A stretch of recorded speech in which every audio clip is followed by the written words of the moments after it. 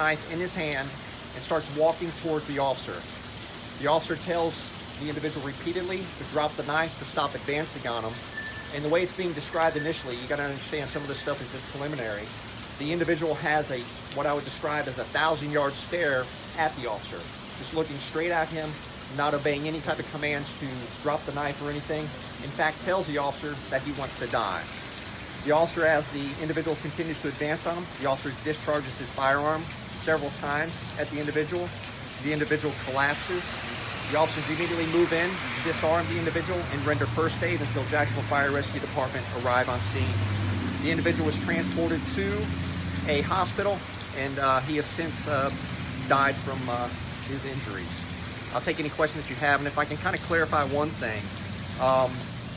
The individual, when he calls 911, as I mentioned, he does not want to live anymore. And the information that was relayed by the family members tell us that they had left the house at this time and that he was the only one there. So at no time were there any other homes that were in danger, any other lives in the vicinity as a result of our police action. And I'll take any questions that you might have. Family members say this man had a history of mental illness, and they're wondering why the officers couldn't use their tasers on him. We are still, this is the preliminary investigation or a preliminary media briefing at this time. I'll get more facts and details as they arrive. But you have one officer on scene. The other officer was close behind that initial officer. When it comes to that, you have an individual with a knife who's advancing on the officer, has a 1,000-yard stare, is disobeying all types of lawful commands to drop the weapon. At that point, the officer made the decision at that time to use deadly force, and that's what he did. How many officers fired, sir? Just one, and I'll identify that officer as far as how many rounds were fired at the next press briefing that we have, which will take place tomorrow. Do you know at a distance? I don't.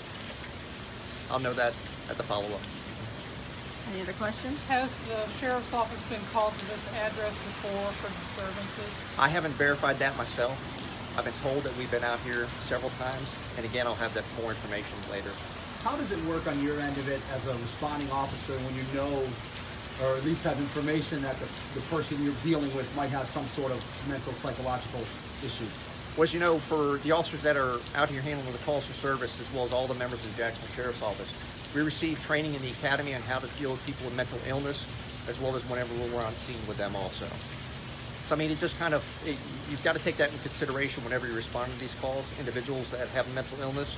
But again, you have an individual who's armed with a knife, who's definitely a threat to the officer, as well as bystanders in the area. Can you release the man's name, sir? I'm not at this time. Any other questions? My first name's Chris, last name is Butler, and I'm the Chief of Investigations. About how large physically was the person who was shot, sir? I don't know that. What's left for you guys to do out here now? How long will some of these streets and stuff be closed? I would imagine, depends on the weather. Once the weather clears for us, we're probably out here probably another hour, up to 2 hours, processing the scene, and then we'll return, we'll take down all the taping. When do you think you'll be able to release the person's name, sir? Once we make sure that we notify next of kin. I know you mentioned you'd spoken to a family member. I don't know that, so we will release all that information like we do later, which will hopefully be by tomorrow morning when we do our follow-up press conference. All right. Thanks, Chief. All right, thank you. Thank you.